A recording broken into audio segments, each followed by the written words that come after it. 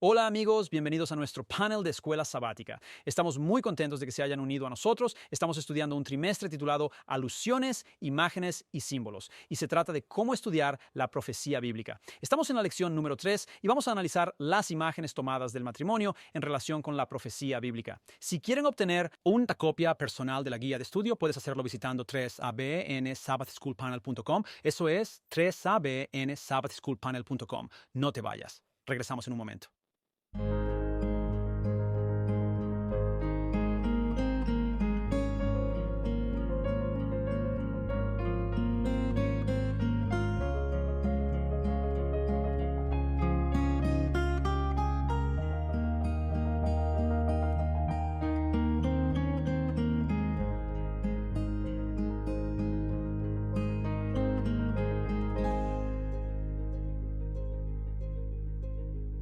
Hola amigos, bienvenidos de nuevo a nuestro panel de escuela sabática. Pastor James Rafferty aquí. Estamos muy contentos de que se hayan unido a nosotros. Estamos continuando nuestro estudio en nuestra lección para este trimestre que se titula Alusiones, Imágenes y Símbolos. Cómo estudiar la profecía bíblica. Estamos en la lección número 3 y vamos a estar estudiando imágenes tomadas del matrimonio. Ahora, antes de llegar ahí, queremos recordarles. Agradecemos y estamos agradecidos por tus oraciones y apoyo financiero para 3ABN, y también puedes obtener las notas de la lección que son adicionales a la lección de la escuela sabática. Y esas notas de la lección pueden ser enviadas a usted si envía un correo electrónico a nosotros a 3abnsabbathschoolpanel.com. Es 3abnsabbathschoolpanel.com. No un correo electrónico. Vaya a 3abnsabbathschoolpanel.com y habrá una pequeña caja arriba a la derecha. Puede hacer clic en eso. Puede completar el registro para las notas y las recibirá instantáneamente. Solo hágalo una vez y recibirá las notas de ahora en adelante. Así que es 3abnsabbathschoolpanel.com. Ahora, antes de comenzar con nuestra lección, me gustaría presentarles a nuestra familia del panel de la escuela sabática aquí en 3ABN. Comenzando a mi izquierda inmediata está un recién llegado, pero no es un desconocido para 3ABN, Reese Rafferty. Sí, soy Reese Rafferty y tengo la lección del lunes titulada La novia hermosa. Y a la izquierda de Reese tenemos a Shelley Quinn. Es un placer estar aquí. Tengo una lección interesante el martes, la esposa prostituta de Oseas. Muy bien. Y a tu izquierda inmediata, Jill Morricone. Muchas gracias, Pastor James. Hoy tenemos a algunas mujeres aquí. Me encanta tenerlas a todas y a Rizzi aquí. El miércoles veremos a Isaac y Rebeca. Bien. Y a tu izquierda inmediata, Daniel Perrin. Con la última lección del jueves, y tengo el tema La prostituta es juzgada. Bien, ahí lo tienen. Tenemos todas estas imágenes del matrimonio en las que nos vamos a enfocar en relación con la profecía bíblica, analizando los principios del matrimonio y cómo se relacionan con nuestra relación con Cristo. Antes de comenzar, vamos a empezar con unas palabras de oración y me gustaría pedirle a Jill, ¿te gustaría orar por nosotros? Padre Santo, al abrir tu palabra, simplemente pedimos que abras nuestras mentes y corazones para recibir lo que tienes para nosotros y que estemos dispuestos a caminar en obediencia en la forma en que nos dirijas. Y te damos gracias en el nombre de Jesús. Amén. Amén. Vamos a comenzar con nuestra escuela sabática o el versículo de memoria para esta lección de esta semana. Es el capítulo 19 del Apocalipsis, versículo 9. Apocalipsis 19, versículo 9 dice esto. Y luego él me dijo, escribe, bienaventurados los que son llamados a la cena de las bodas del Cordero. Y él me dijo, estas son las verdaderas palabras de Dios. Vamos a estar mirando varios versículos en la Biblia que nos dan estas imágenes del matrimonio. Por ejemplo, Génesis capítulo 2, versículos 23 al 25. El primer matrimonio se consuma allí. Efesios capítulo 5, versículos 30 al 29 al 32. Estaré cubriendo muchos de esos versículos. Ezequiel capítulo 16, versículos 4 al 14. Mi esposa va a cubrir esos versículos. Apocalipsis capítulo 18, versículos 1 al 4. Génesis capítulo 24, versículos 1 al 4. Apocalipsis 19, 1 al 9. Y habrá otros versículos que estaremos viendo. Sabes, la Biblia está repleta de historias de amor que revelan poderosamente aspectos de la salvación y del amor de Dios por su pueblo. Dice el trimestral, la más íntima de las relaciones, el matrimonio. Resulta ser una escuela donde, si nos permitimos experimentarlo de la manera que Dios había planeado, podemos descubrir lecciones profundas sobre su amor por nosotros y sobre nuestra relación con Él y sobre los esfuerzos que Dios ha hecho para redimirnos. Así que vamos a observar la lección del domingo que se titula Una sola carne. Pocas metáforas bíblicas subrayan la intimidad que Dios desea con la raza humana más que la del matrimonio. Entonces, el matrimonio es una metáfora adecuada de la unión que Dios quiere tener con su pueblo. Esta metáfora se usa con tanta frecuencia en la narrativa bíblica y aparece de manera tan notable en el Apocalipsis que es imperativo que los estudiantes de la Biblia comprendan lo que Dios quiere transmitir cuando la utiliza en su palabra. Ahora, en el capítulo 2 de Génesis, versículos 23 al 25, vemos el primer matrimonio consumado. Génesis capítulo 2, versículos 23 al 25. Y una de las cosas que sacamos, uno de los entendimientos que obtenemos de esta imagen, es que surge de este sentimiento de soledad que Adán tiene. Dios lo ha creado. Él está nombrando a los diferentes animales en el jardín y está sintiendo su soledad. Sabemos eso porque el versículo, la narrativa bíblica, nos dice eso, que el versículo dice que no es bueno que el hombre esté solo. ¿Puedes entender eso? No es bueno que el hombre esté solo. Definitivamente puedo entender eso. Y así, Dios nos unió hace mucho tiempo porque sentí la necesidad de una compañera, de una pareja, de alguien que podría estar a mi lado en el matrimonio. Y esto es lo que siente Adán. Y entonces, el versículo 23, Adán dijo, esto es ahora hueso de mí. Disculpa, sí, el versículo 23. Adán dijo, respecto a su esposa, esto es ahora hueso de mis huesos y carne de mi carne. Ella será llamada mujer, porque ella fue sacada del hombre. Por eso el versículo 24 dice que un hombre dejará a su padre y a su madre y se unirá a su esposa, y se convertirán en una sola carne. Y ambos estaban desnudos, el hombre con su esposa, y no se avergonzaban. Así es la primera narrativa del matrimonio bíblico. Nos señala el hecho de que Adán y Eva se convirtieron en uno. Ahora bien, uno de ellos no desapareció. No se convirtieron en uno en el sentido de que solo queda un cuerpo, sino en el sentido de su mente, en el sentido de su propósito, en el sentido de su unión juntos para un propósito. Adán y Eva se unieron en matrimonio y esa unidad se ejemplifica en la relación que Dios quiere tener con su iglesia en la tierra. Él quiere que nos volvamos uno con Él, uno en mente, uno en propósito, uno en enfoque. Dios tiene la intención de que el matrimonio ilustre la unidad que Él quiere tener con cada uno de nosotros como su iglesia. En una ocasión en el Nuevo Testamento, cuando Jesús estaba hablando con los fariseos, citó el relato del Génesis sobre el matrimonio de Adán y Eva. Esto es Mateo capítulo 19, versículo 7. A lo que los fariseos rápidamente preguntaron, entonces, ¿por qué Moisés mandó dar un certificado de divorcio y apartar a la esposa? Jesús estaba interactuando con los fariseos que estaban cuestionando si estaba bien divorciarse de una esposa por cualquier razón.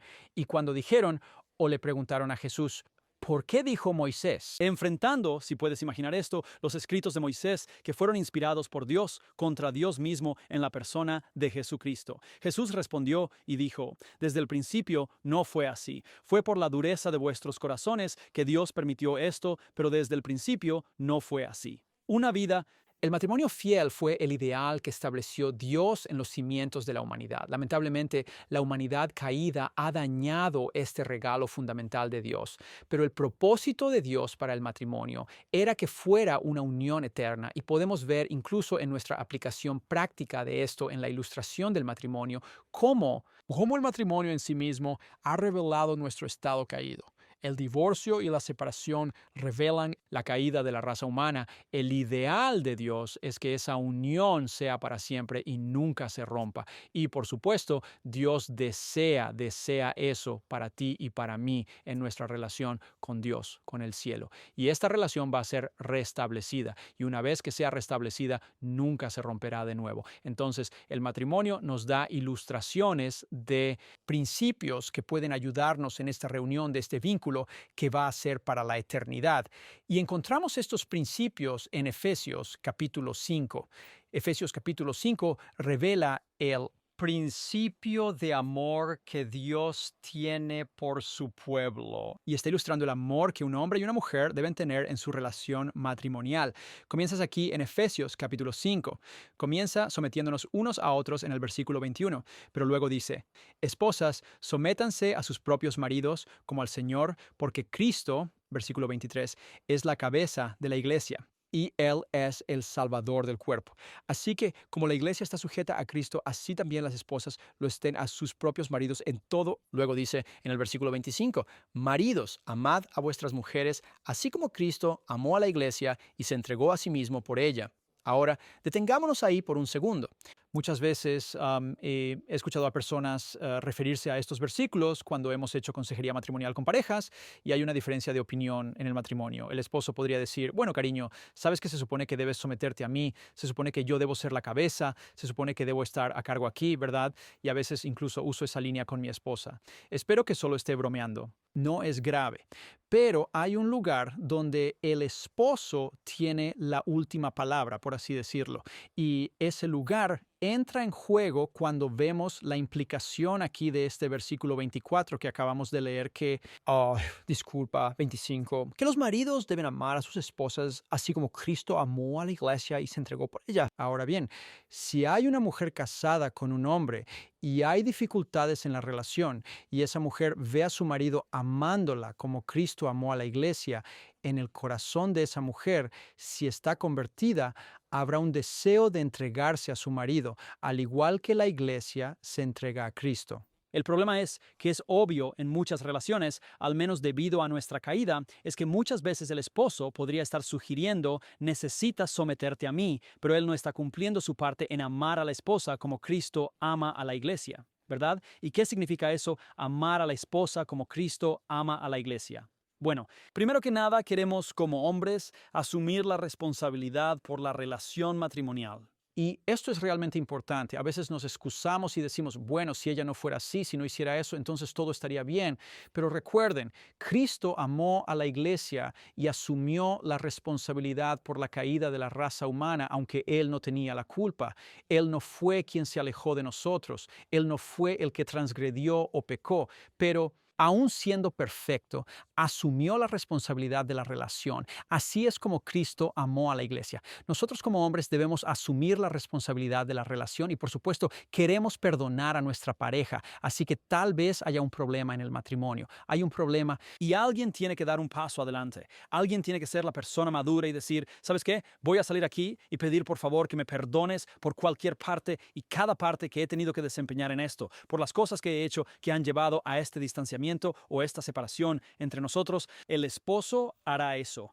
Él es el que iniciará eso, al igual que Cristo lo inicia en nuestra relación. Y luego, en segundo lugar, queremos aceptar a nuestro cónyuge, defectos y todo, así como Cristo nos acepta defectos y todo. En otras palabras, no queremos decir, y a veces cuando hacemos consejería matrimonial, escuchamos al esposo decir, bueno, sí, si ellos hicieran esto, esto y esto, o la esposa dirá, bueno, si él hiciera esto, esto y esto, entonces el matrimonio estará bien. No nos casamos con las personas y a veces hacemos esto, pero a veces entramos en relaciones matrimoniales para hacer relación pensando, bueno, puedo corregirlos. No son exactamente como quiero que sean, pero los enderezaré y entonces todo estará bien. No, entramos en la relación tal cual es y necesitamos aceptar a las personas tal cual son. Y a veces eso puede ser difícil para nosotros, pero así es como Cristo nos acepta. Y por cierto, cuando hacemos eso, cuando tenemos ese amor y cuando tenemos esa aceptación de las personas, eso realmente provoca un cambio. Porque un esposo o una esposa cambiará cuando sepan que son amados incondicionalmente y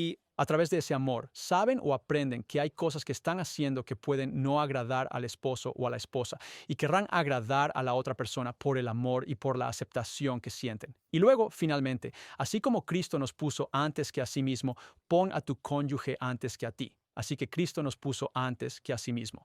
Ahora, solo quiero notar algo aquí rápidamente. Cristo no nos puso ante Dios. Dios era. Pero porque Dios fue primero en la vida de Cristo, Cristo nos puso a nosotros antes que a Él mismo. Fue el amor de Dios lo que hizo que Cristo se entregara por el mundo. Y porque hizo la voluntad de Dios, se puso a sí mismo, a nosotros antes que a Él mismo. Es muy importante en una relación matrimonial que el esposo y la esposa pongan a Dios primero. Y cuando ponen a Dios primero, pueden poner a la otra persona antes que a ellos mismos para reconciliar la relación. Amén. Eso es tan poderoso. Me encanta ese pensamiento de que cuando ponemos a Dios primero, entonces podemos ser desinteresados en nuestra relación entre nosotros y definitivamente no al revés. Así que tengo Ezequiel 16 y es el capítulo más conmovedor. Me encanta este capítulo porque siento que realmente retrata la iniciativa de Dios y su amor y su fidelidad hacia nosotros, a pesar de nosotros mismos. Así que lo mejor de Ezequiel 16 y lo mejor de esta historia es el narrador. ¿Qué es Dios mismo? Está contando su propia historia de amor y es muy dramática. Él comienza la historia diciendo inicialmente, Hijo del hombre hizo que Jerusalén conociera sus abominaciones. Ahora, ¿por qué querría Dios que Jerusalén conociera sus abominaciones? ¿Está tratando de hacernos sentir culpables? ¿Está tratando de avergonzarnos? No en absoluto. Cuando voy al médico o si tengo algo terriblemente mal y me siento muy enfermo y voy al médico, tengo todos estos síntomas y me hacen todas estas pruebas y él vuelve y me dice, lo siento, no tenemos idea de qué te pasa. Me sentiría extremadamente frustrado y como si hubiera sido una total pérdida de tiempo y dinero. Quiero saber exactamente qué me pasa porque entonces hay esperanza de curación. Y eso es lo que Dios nos está ofreciendo aquí, pero creo que también nos permite entrar en Ezequiel 16 con un estado de humildad. Entonces comienza la historia. Así dice el Señor Dios a Jerusalén: tu nacimiento y tu origen son de la tierra de Canaán. Tu padre era un amorreo y tu madre era una hitita. Entonces, esta historia comienza con de dónde vino ella, quiénes eran sus padres. Ella vino de la tierra de Canaán. ¿Quién era Canaán? Canaán. Canaán era el hijo de Cam, y Cam era uno de los 3 hijos de Noé, pero él fue quien avergonzó y deshonró mucho a su padre. Fue él, después de que Noé despertó de su, ya sabes, estupor etílico, a quien le lanzó una maldición. Pero en lugar de poner la maldición sobre Canaán, y esta maldición no es como una maldición de brujo que podríamos imaginar lanzando un mal a alguien. Esto es realmente, quiero decir, esto es Noé retratando, compartiendo con Cam la manifestación, el desarrollo de su carácter en sus descendientes. Y ese carácter que vimos lo vamos a ver en el carácter de Cam, pero también en los amorreos y los hititas porque ellos son hijos de Canaán, son su progenie y son los pobladores originales en esta tierra de Canaán. El versículo 4 y 5 dice, en cuanto a tu nacimiento, el día que naciste, tu cordón umbilical no fue cortado, ni fuiste lavada con agua para limpiarte, no fuiste frotada con sal ni envuelta en pañales, ningún ojo tuvo compasión de ti para hacer alguna de estas cosas por ti, para tener compasión de ti, sino que fuiste arrojada al campo abierto cuando fuiste aborrecida el día que naciste. Qué imagen tan grotesca de una niña naciendo, no fue amada, no fue sostenida, no fue lavada, es arrojada a un campo. Sus padres ni siquiera la encontraban deseable o atractiva. Qué estado tan horrible. Ellos la aborrecen el día que nació. Esta es nuestra historia. Esta es la historia de ti y de mí. Esta es la historia de nuestra naturaleza humana carnal. Piénsalo, ¿dónde nació eso al principio? Vemos en el jardín un árbol y hay una serpiente allí que está actuando como si tuviera nuestro mejor interés en mente, como si estuviera cuidando de nosotros, pero sabemos que realmente no es para nuestro bien. Y cuando pecamos, ¿a dónde va Él? ¿Dónde está Él?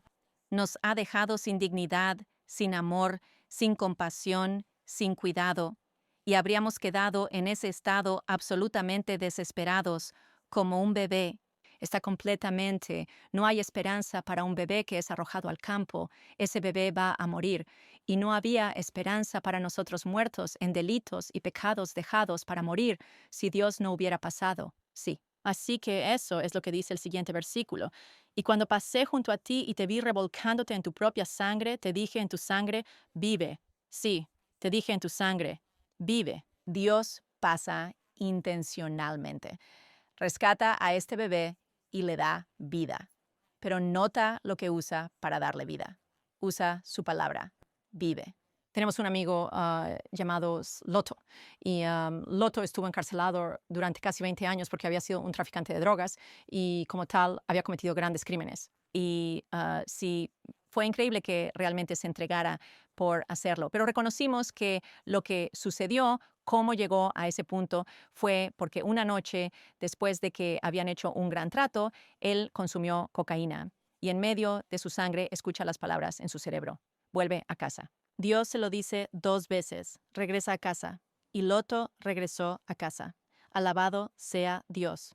El versículo 7 y 8 dice, te hice prosperar como una planta en el campo y creciste y maduraste y te hiciste muy hermosa. Cuando pasé a tu lado de nuevo y te miré, en verdad tu tiempo era el tiempo de amor. Así que Dios pasa de nuevo en un momento específico, el momento adecuado, el momento del amor. Ahora, en la profecía bíblica. No solo vas a encontrar el significado de una mujer, sino que también vas a ver el significado del tiempo. El tiempo es realmente importante. Y el Dios que habita en la eternidad puso el tiempo como parte del plan de redención. Él tiene un tiempo establecido para ello. Y a diferencia de la boda de la mayoría de las personas, la boda de Dios comenzó a tiempo, ocurre durante un tiempo específico. La Biblia nos da, he aquí, el esposo viene, como la invitación que se nos dio para entrar en este tiempo, este día de la expiación, esta obra final en el santuario celestial a la que nos referimos como en este versículo de la Biblia como el tiempo del amor. Escucha la descripción de Dios de lo que ocurre durante este día de la expiación. Él continúa, él dice, extendí mi ala sobre ti y cubrí tu desnudez. Sí, te juré un juramento y entré en un pacto contigo y te convertiste en mía, dice el Señor. Pero nota en qué se basa esto. Esto se basa en un juramento que viene de Dios, su promesa hacia nosotros. Así es como entramos en el pacto. El versículo 9 dice, entonces te lavé con agua, sí, lavé completamente tu sangre y te ungí con aceite. Esto también es parte de la gran obra de expiación que se lleva a cabo en el santuario celestial. Cuando Dios viene y nos dice que vivamos, entramos en una relación de nuevo nacimiento con Él. Lo llamamos nacer de nuevo. Entramos en esta relación de pacto y luego Él nos lava de nuestra culpa. Nos lava de la presencia de la sangre en nuestras vidas durante este tiempo. Él nos ha limpiado, nos unge con aceite, y esa unción con aceite era un ritual del Antiguo Testamento en el que alguien era ungido con aceite para darles su lugar y su propósito y mostrarles su posición en esta vida. Así que, de nuevo, otra cosa hermosa que Dios está haciendo por su novia. Él la viste con hermosa, toda ropa fina, nos dice la Biblia. Él la adorna y esto lo simboliza a Él, revistiéndonos con su manto de justicia, su perfección, haciéndonos absolutamente impresionantes. Y luego, una de las mejores partes es que nos alimenta. Le da de comer pastel, una harina fina con miel y aceite, lo cual me suena absolutamente delicioso y asombroso. Pero en mi mente realmente representa el hecho de que Dios quiere nutrirnos, y quiere nutrirnos no solo con pan, sino con cada palabra que sale de la boca de Dios. Versículo 13 y 15. Eras sumamente hermosa y llegaste a la realeza. Tu fama se difundió entre las naciones debido a tu belleza, porque era perfecta gracias a mi esplendor que te había concedido, dice el Señor Dios. Pero confiaste en tu propia belleza, te prostituiste debido a tu fama y ofreciste tus favores a todos los que pasaban y los aceptaban. Y entonces el autor de este estudio hizo la pregunta, ¿qué significa confiar en nuestra propia belleza? Y estaba pensando en diferentes personas en la Biblia que confiaban en su belleza. Esto no era solo belleza física. Por favor, no lo limites a eso. Esto podría ser confiar en el trabajo de tus propias manos, tu ingenio, tu inteligencia, tu industria, tus recursos personales como Caín.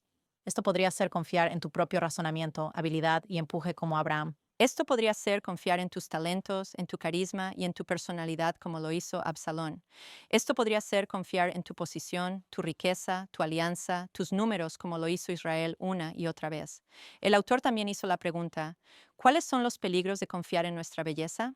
Pues la Biblia dice que la belleza es engañosa, no dice la verdad. También dice que la belleza es vana, lo que significa que es vacía, insatisfactoria, transitoria, no dura, se disipa con la edad.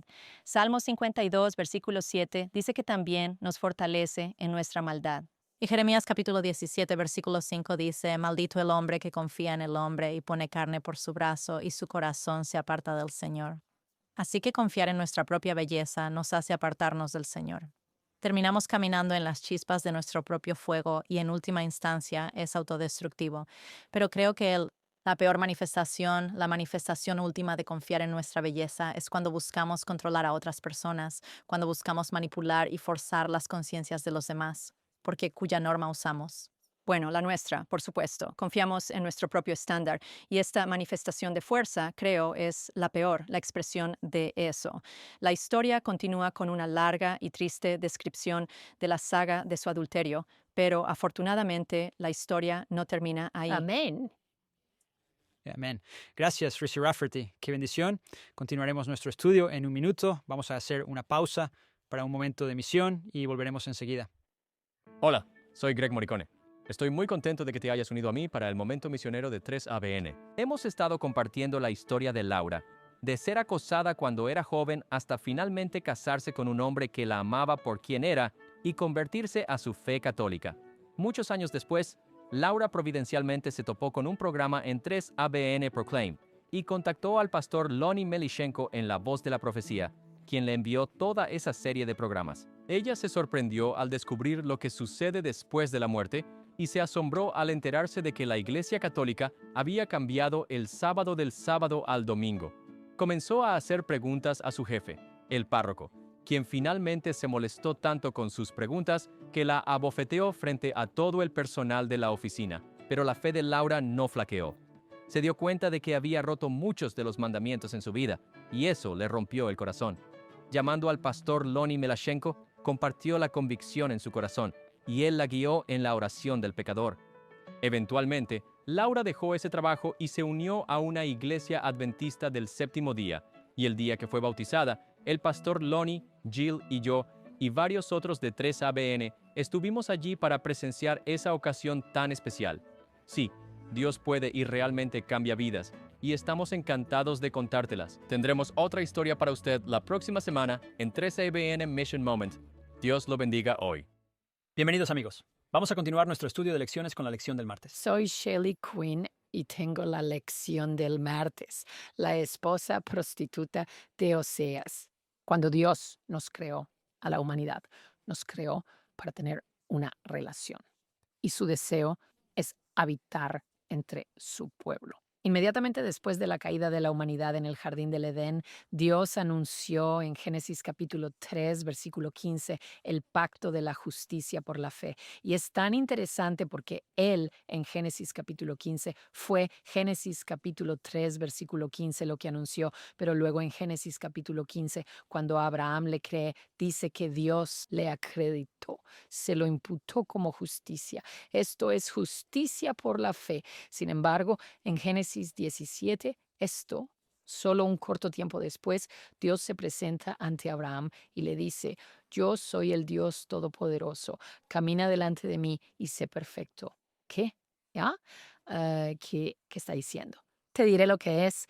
Dios tiene una relación íntima con su nación.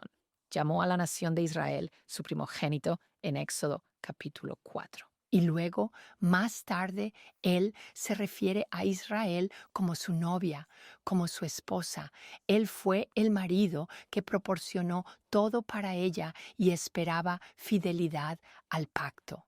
Cuando Dios nos pide que entremos en el pacto, Él hace todas las promesas del pacto.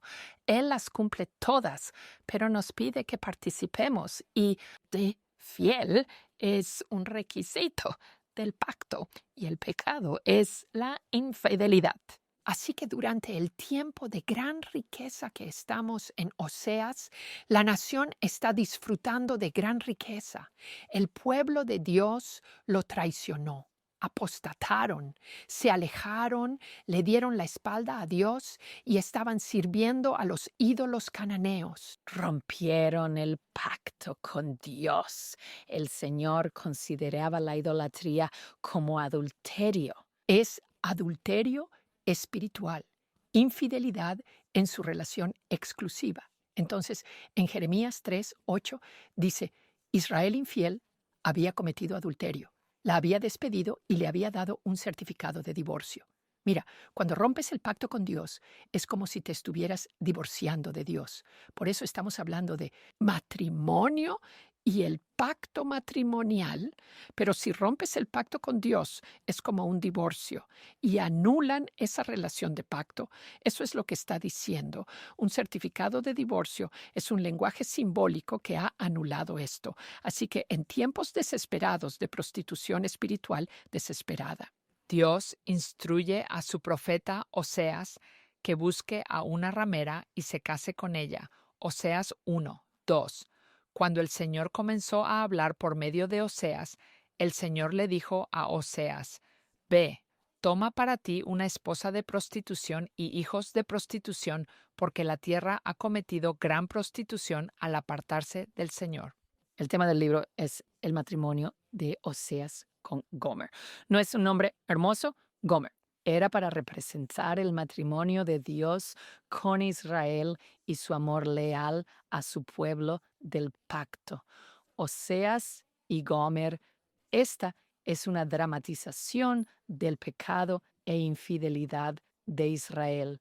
Gomer era una esposa ingrata. Recuerda esas palabras.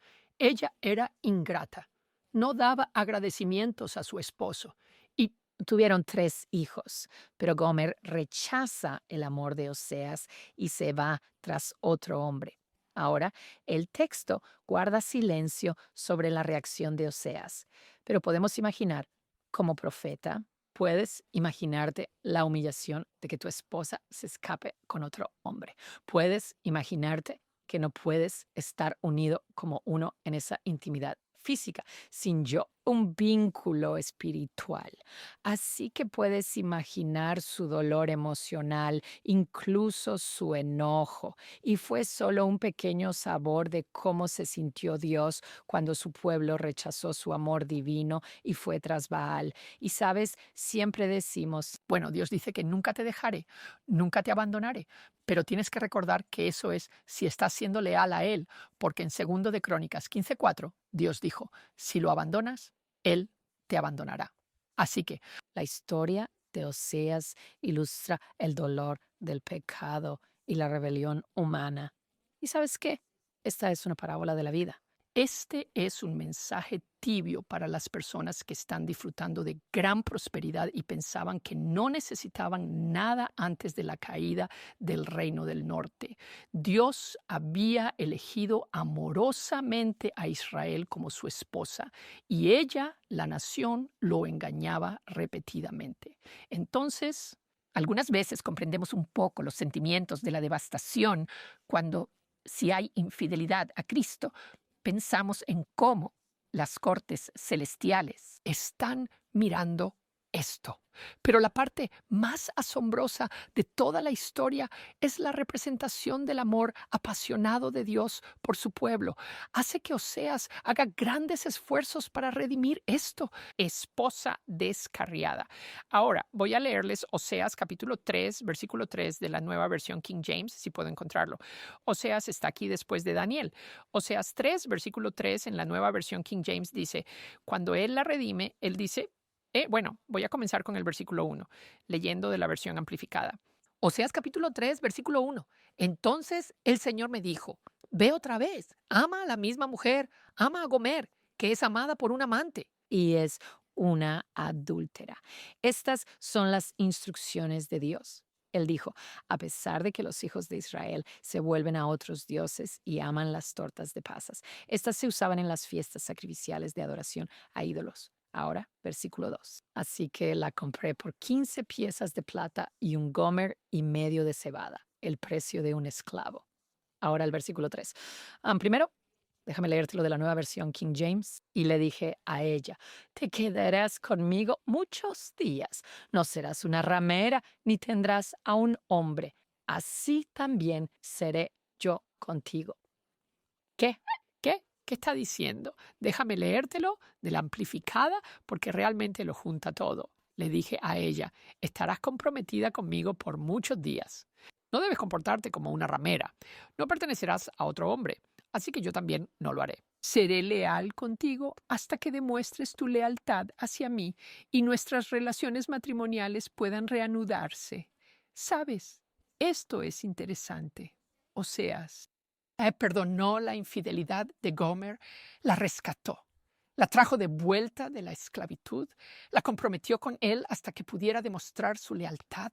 Esto representaba el amor apasionado de Dios por su pueblo. Solo piensa en esto. Porque Dios es quien le dijo, ve y consigue a esta esposa adúltera. Y Dios está detrás de su pueblo adúltero. Ahora, cuando Dios castiga, lo hace con fines redentores, porque busca volver los corazones de las personas hacia Él. Busca redimir, reconciliar y restaurar. Pero lo interesante al pensar en esto desde un compromiso es que Él nos persigue, Él nos redime y la Biblia dice que estamos comprometidos con Cristo. Así que este es un periodo de purificación y prueba de lealtad antes de esa cena de bodas del Cordero y esa intimidad de boda. Creo que es maravilloso. Ahora, vamos a ver esto. Hablamos sobre los símbolos, las ilusiones, las imágenes. Vamos a analizar el simbolismo de la prostitución en el Nuevo Testamento, en el capítulo 17 del Apocalipsis. Versículos 1 hasta 2, uno de los 7 ángeles que tenían las 7 copas vino y me habló y dijo, ven, te mostraré el juicio de la gran ramera que se sienta sobre muchas aguas, con quien los reyes de la tierra cometieron fornicación y los habitantes de la tierra se embriagaron con el vino de su fornicación. Entonces, esta ramera es una iglesia que se supone que es una iglesia cristiana, pero no están sirviendo a Dios. Y luego, si miras en Apocalipsis 18, 1 a 4, Dios envía a otro ángel y él dijo, salgan de ella mi gente, salgan de este sistema religioso falso, esta Babilonia, la prostitución, y muestra que él tiene un pueblo en cada iglesia, muestra la intimidad de su amor por su pueblo, incluso cuando ellos están haciendo mal. Pero quería leer esta cita rápidamente. La lección dice que los errores de Israel en el Antiguo Testamento han sido en gran medida repetidos por los cristianos en la Iglesia del Nuevo Testamento. El pueblo del pacto de Dios, a principios del siglo IV, estaban percibiendo una ventaja potencial y cortejaron al emperador de Constantino, convocó e intervino en el concilio de Nicea. ¿Y qué hemos visto desde entonces? Vimos el auge de la prostitución. Sí, eso es bueno. Muchas gracias, Shelley y Rizzi y Pastor James. Me encanta la imagen mientras estudiamos esto en la palabra de Dios, la imagen de Cristo y su iglesia. Oramos por la iglesia pura, no la iglesia prostituta como lo discutieron el miércoles. Soy Jill Morricone. El miércoles miramos a Isaac y Rebeca. Y quiero llevarlo en una dirección un poco diferente. Acompáñame a Génesis 24. Vamos a pasar nuestro tiempo en Génesis 24 cuando Abraham confía a su siervo Eliezer la tarea, la responsabilidad de encontrar una esposa para Isaac. Y vamos a tener 7 aspectos destacados de Cristo y su iglesia. Ahora, cada vez que mires estos símbolos en la profecía bíblica, puedes hacer comparaciones. Y eso es lo que vamos a hacer.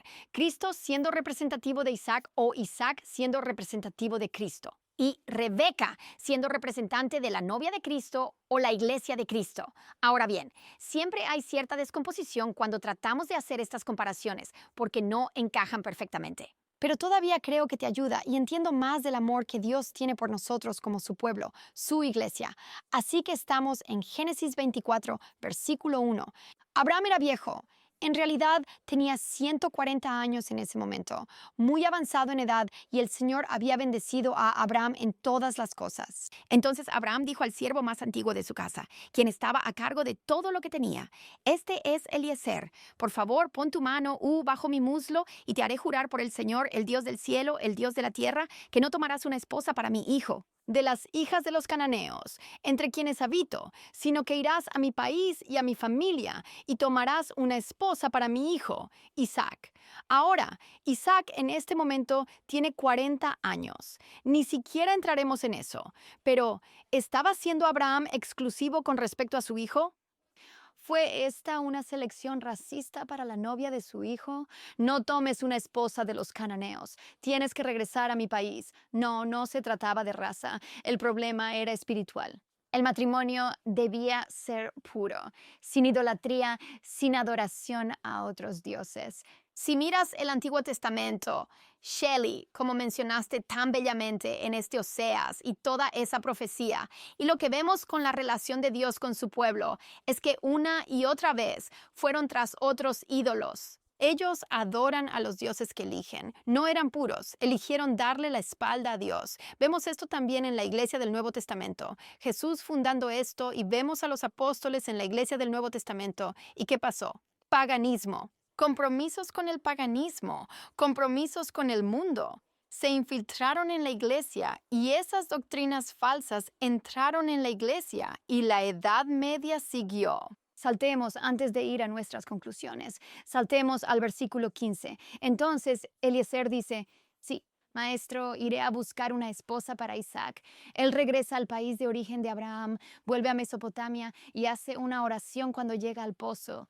Dios, no sé quién debería ser la esposa para Isaac, pero cuando le pida un trago, que ella también diga, voy a dar de beber a tus camellos. Así que comenzamos aquí en el versículo 15. Y sucedió antes de que él terminara de hablar que he aquí Rebeca, quien nació de Betuel, hijo de Milca, la esposa de Nacor, el hermano de Abraham, salió con su cántaro sobre su hombro. Ahora la joven era muy hermosa a la vista. La palabra hermosa allí, por cierto, es la misma palabra que Dios usa para la creación en Génesis 1, cuando dice que era muy buena. La misma palabra, hermosa. Era hermosa de ver. Una virgen. Ningún hombre la había conocido. Bajó al pozo, llenó su cántaro y salió. Primera lección. La novia de Cristo es pura. Sin prostitución, sin otra adoración de ídolos. Nada entre Dios y su novia. Dios nos ama incluso si nos prostituimos, como le sucedió a Israel, y ellos se arrepintieron y regresaron. Pero el deseo de Dios para su novia, para su iglesia, para ti y para mí, es que nosotros somos puros, que no haya nada entre nosotros y Jesús, ningún ídolo en nuestra relación, nada que amemos más que a Dios. Él quiere que su novia sea pura. Sigue leyendo. Versículo 19. Cuando ella, Rebeca, terminó de darle de beber, dijo, también sacaré agua para tus camellos, hasta que hayan terminado de beber. ¿Sabes cuánta agua toma un camello, Daniel? Un camello puede beber de 20 a 30 galones de agua de una vez. Había 10 camellos. Esos son 200 a 300 galones de agua que ella dice, voy a sacar el agua para los camellos. Lección número 2. La novia de Cristo es fuerte. ¿Por qué somos fuertes? Porque su presencia está con nosotros. Josué 1:9. ¿No te lo he ordenado yo? Sé fuerte y valiente. No tengas miedo ni te desanimes. El Señor tu Dios está contigo donde quiera que vayas. No podemos ser fuertes en nuestra propia fuerza. Su presencia nos da fuerza de Cristo. La novia es fuerte. Efesios 6:10. Finalmente, hermanos, sean fuertes en el Señor y en el poder de su fuerza. Conclusión número 3. Esto lo obtengo del mismo pasaje del versículo 19 que acabamos de leer. Lección número 3. La novia de Cristo es amable. ¿No es eso amable de su parte? Ella le ofreció una bebida y luego dice, voy a hacer un esfuerzo adicional y también regaré tus camellos. Me recuerda a Efesios 4:32, la novia de Cristo. Debemos ser amables los unos con los otros, de buen corazón. Perdonarse unos a otros, así como Dios en Cristo te perdonó. Salta al versículo 57. Entonces, Eliezer le cuenta un poco a Rebeca sobre lo que está pasando y viene el hermano, y él regresa a la casa familiar. Habla con el padre y explica sus intenciones. Vine por una novia para mi maestro Abraham, una novia para Isaac. Y luego en el versículo 57 dijeron que llamaremos a la joven y le preguntaremos personalmente. Luego llamaron a Rebeca y le dijeron, ¿irás con este hombre? Y ella dijo 3 palabras, yo iré, iré. Cuarta enseñanza, la novia de Cristo elige a su novio. La novia de Cristo elige a su novio. Ella dijo, iré. ¿Ves? El amor nunca obliga. Dios nunca nos obliga a ser su iglesia. Nunca nos obliga a seguirlo. Él nos da la oportunidad de elegirlo. Josué 24:15. Elige hoy a quién servirás. Los dioses de los amorreos al otro lado del río o los dioses en cuyos habitas la tierra. Pero en cuanto a mí y a mi casa, elegiremos a Dios. Serviremos al Señor. Cuando ella dijo, iré sin importar el costo o el precio, sin importar el dolor o el placer, sin importar la opinión de los demás, sin importar las dificultades o el desaliento, sin importar cómo me sienta, yo iré. Seré la novia de Cristo. Lo seguiré ahora y para siempre. Esa es la elección que se nos da a ti y a mí hoy. ¿Irás tú? Iré. Y me encanta porque ella dice, iré en respuesta a que la eligió primero. Tú y yo elegimos seguir a Jesús. ¿Por qué? Porque Él nos amó primero. Dios mostró su amor hacia nosotros en que, aun siendo pecadores, Él murió por nosotros. Sigue leyendo versículo 60. Y bendijeron a Rebeca y le dijeron, nuestra hermana, que te conviertas en la madre de miles de 10,000. Que tus descendientes posean las puertas de aquellos que los odian. Conclusión número 5. La novia de Cristo tiene hijos. Los salvados se convierten en testigos del Salvador. ¿Sabes cuál era uno de los propósitos del matrimonio en el jardín del Edén? Tener hijos. Sean fructíferos y multiplíquense. Uno de los propósitos de nuestra unión con Cristo es producir otros cristianos. Ese es el objetivo de estar en un matrimonio con Jesús, producir otros cristianos para testificar por Jesús. Isaías 14:12.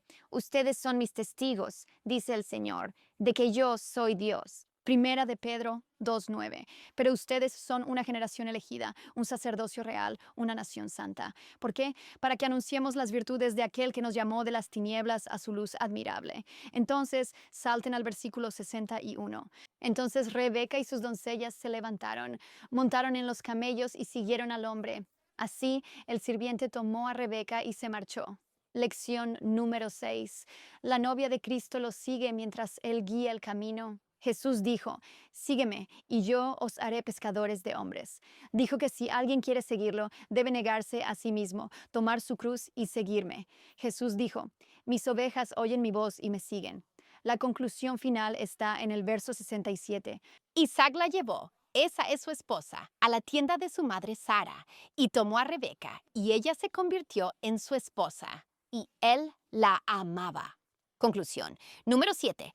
La novia de Cristo es profundamente amada. ¿Y quién ama a la novia?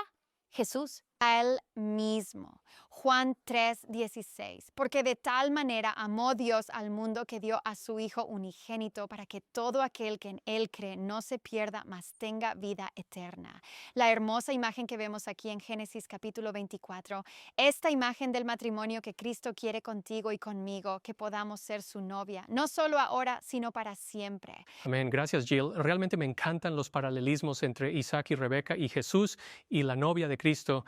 Y ya sabes, Isaac es un símbolo tan apropiado de Jesús porque ya había entregado su vida voluntariamente. La novia de Cristo conectada con Cristo, simplemente realmente me encanta eso. Y cada una de estas lecciones trata sobre los paralelismos entre el matrimonio y nuestra posición como la novia de Cristo. Y así traemos todas esas imágenes para ayudar a entender lo que está pasando al final de la Biblia. Mi nombre es Daniel Perrin y tengo la lección del jueves que es La ramera es juzgada. Y vamos a pasar el día de hoy en Apocalipsis capítulo 19 versículos 1 al 9, así que pueden dirigirse allí ahora mismo. Y esto describe dos conclusiones largamente esperadas simultáneamente, todo colocado y presentado en el contexto de una relación que es o bien va a llegar a su fin para siempre o va a continuar para siempre. Y creo que sabemos de qué lado queremos estar, pero es bueno ver ambas conclusiones una tras otra. Quiero decir literalmente, aquí en este capítulo, toma esto o esto, necesitamos verlos justo ahí. Esta es una especie de ilustración visual de lo que Pablo contextualiza en Romanos 6:23, donde coloca estas dos imágenes de manera consecutiva. La paga del pecado es muerte, pero el don gratuito de Dios es vida eterna en Cristo Jesús nuestro Señor. Algunas personas que conozco pueden evitar Apocalipsis 19 u otros capítulos porque pueden sentir que es simplemente demasiado para intentar descifrar, demasiado simbólico, tengo que averiguar todos los textos en el Antiguo y Nuevo Testamento para ayudarme a entender esto, o qué es literal, o qué pasa con el momento. Y a veces puedes sentir que estás manipulando algo tan frágil y no quiero cometer un error con esto, así que me alejaré y dejaré que alguien más me lea y me diga qué significa. Solo quiero que sepas que hay ayuda disponible a través del Espíritu Santo y no debemos evitar, o al menos no evitar para siempre, partes de la Biblia que puedan parecer un poco difíciles. También tenemos un excelente programa en 3ABN llamado Biblia, Preguntas y Respuestas. Si tienes una pregunta, envíala a ese programa o llama al departamento pastoral aquí. Estamos mirando ese texto ahora, Apocalipsis 19, y está saliendo de la caída de Babilonia en el capítulo 18 del Apocalipsis, donde todos los que son parte de la novia de Dios son llamados a salir de ella. Y ahora no queda nada que se pueda redimir en la ramera. Y esa Babilonia, esa ramera es un poder religioso unido con un poder político para imponer. Adoración. Y así esto se mueve directamente a Apocalipsis 19 en orden cronológico. Ahora Apocalipsis 19, está en estrecha conexión con la segunda venida, pero aún no hemos llegado allí. Lo que vamos a ver, lo que vamos a escuchar realmente, es una experiencia doble de júbilo en el cielo. Hay algo para celebrar en el cielo, y están aclamando en el cielo porque algo está decidido. Se va a llevar a cabo y se llevará a cabo pronto. Así que Juan oye esto primero, y luego lo presenciará en los versículos que siguen y un poco más adelante. Así que al leer este texto, vas a escuchar una palabra repetida 4 veces que no se encuentra en ningún otro lugar del Nuevo Testamento. Eso es importante porque es como si la hubieran guardado, esperando hasta el momento adecuado para soltarla. Este grito de victoria. Entonces comenzamos en el versículo 1. Después de estas cosas, oí una gran voz de una multitud en el cielo que decía, Aleluya. Ahí está esa palabra. La salvación, la gloria, el honor y el poder pertenecen al Señor nuestro Dios, porque verdaderos y justos son sus juicios. Porque Él ha juzgado a la gran ramera que corrompió la tierra con su fornicación y ha vengado en ella la sangre de sus siervos derramada. De nuevo dijeron, Aleluya, su humo sube por los siglos de los siglos. Y los 24 ancianos y los 4 seres vivientes se postraron y adoraron a Dios, que estaba sentado en el trono, diciendo, Amén, amén. Aleluya.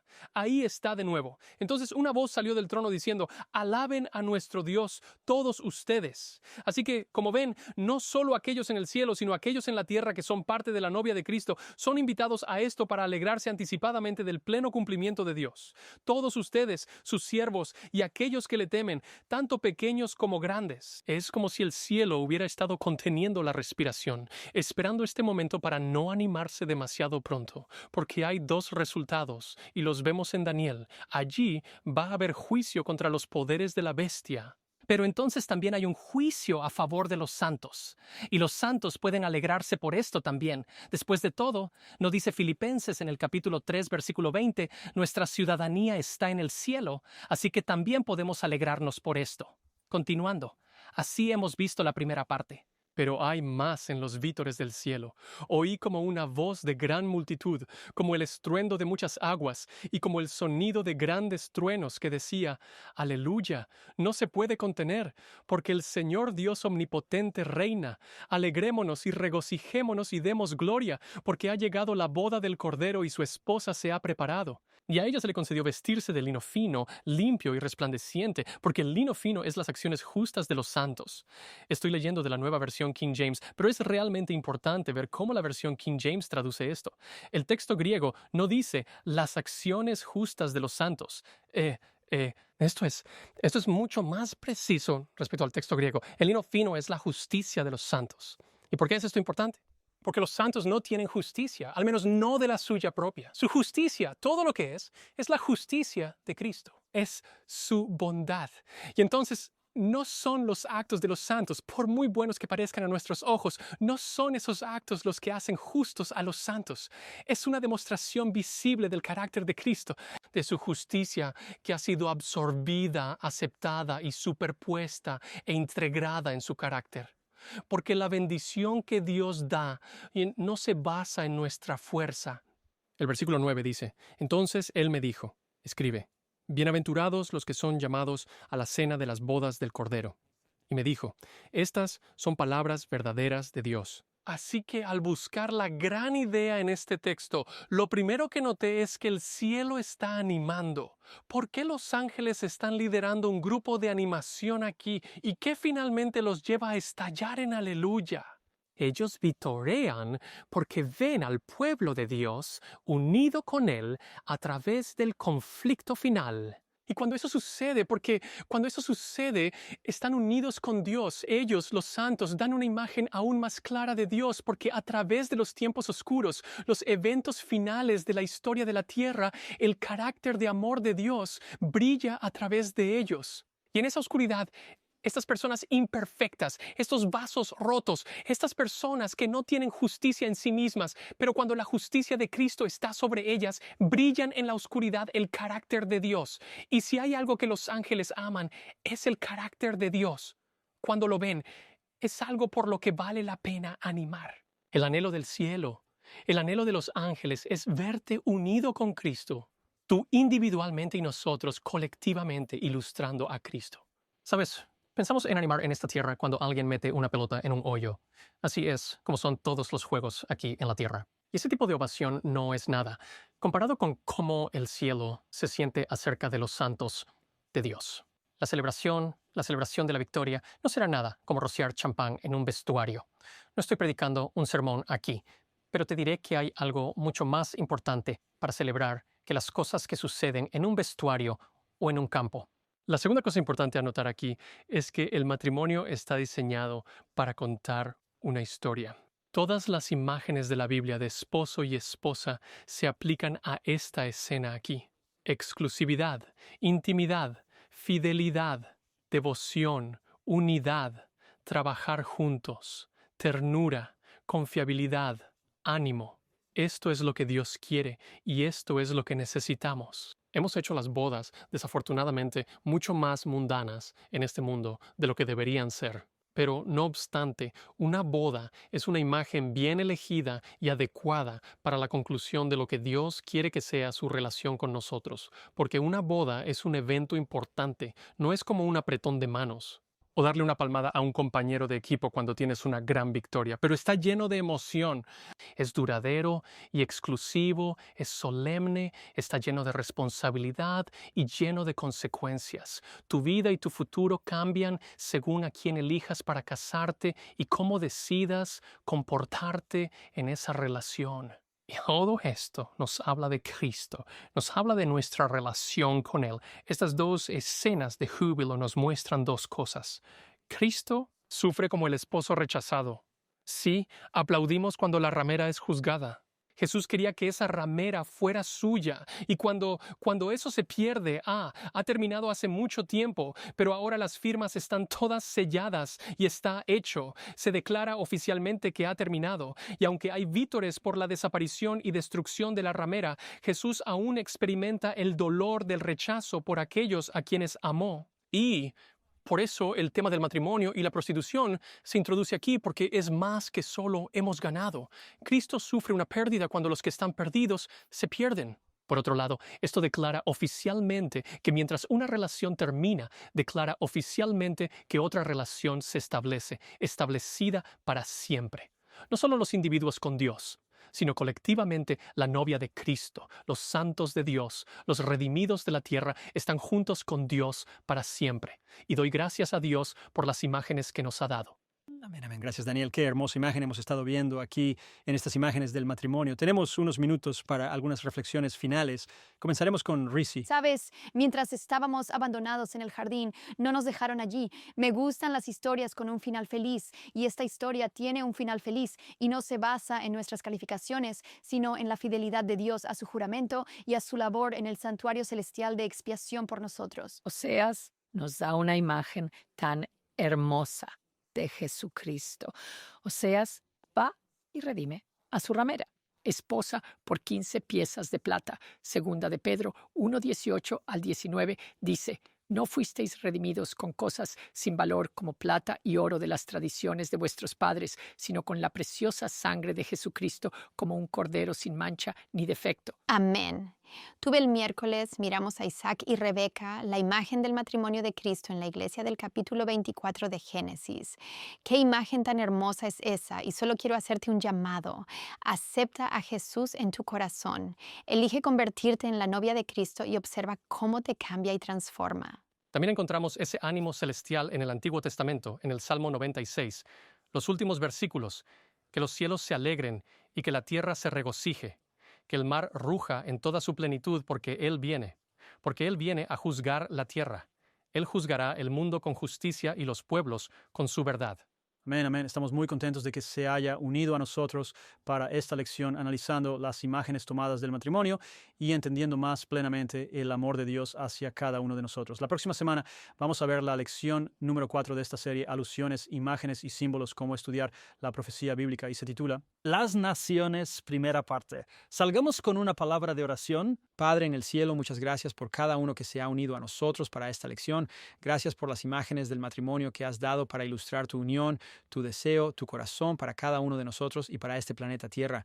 Y Padre, esperamos con ansias ese día en el que podamos cantar con todos los redimidos, aleluya. Por favor, sácanos de Babilonia, de la confusión. Que cada una de tus personas escuchando este mensaje, escuchando estas voces, que cada una de tus personas responda a ese llamado, pedimos, oramos en el nombre de Jesús. Amén.